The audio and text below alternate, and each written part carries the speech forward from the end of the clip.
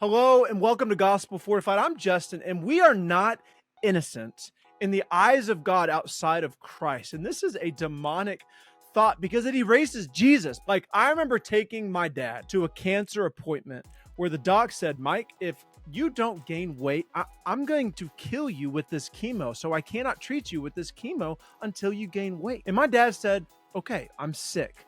I need treatment. And that's entirely opposite to today's world. I'm not sick. I don't need treatment. But it is what 71% of Americans believe, according to the 2022 State of Theology report. I am not awfully in trouble in my natural carnality and sin. Therefore, Jesus makes for a wonderful crutch, an add-on, a chin lifter, but a rescuer?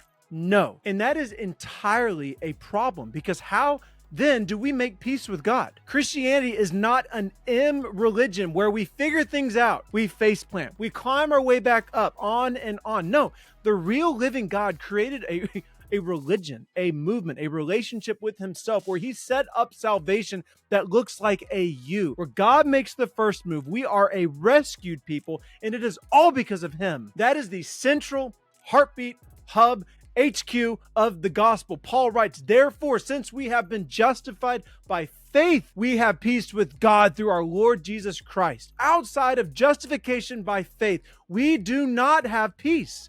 But by placing faith in the person and work of Jesus, where his perfect obedience is imputed into our accounts and our sin is imputed into his account, that sacred exchange, he is our substitute. And we are therefore justified. And from that justification flows an actual peace with God, a welcoming adoption into the family, to have peace with God instead of war due to his grace and not our works. That's better than health after cancer. That's better than lights flipping on when you are lost in the dark. That's better than smooth seas after a storm. Peace with God is the greatest reality we can experience as human beings because of the work of Jesus on the cross. I guess what I'm saying is that the bad news is worse than you and I believe, but once it is named and embraced, the good news is so much better than whatever we believed beforehand. Christians might be at peace with God, but we are still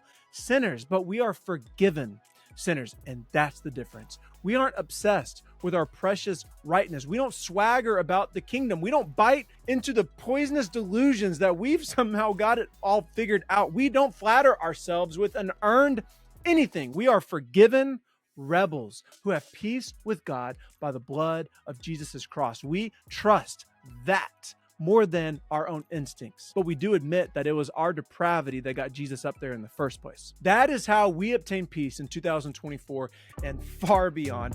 Admit your sickness, admit your Savior, receive the welcome of Christ, and get to war, baby, because this is a fight.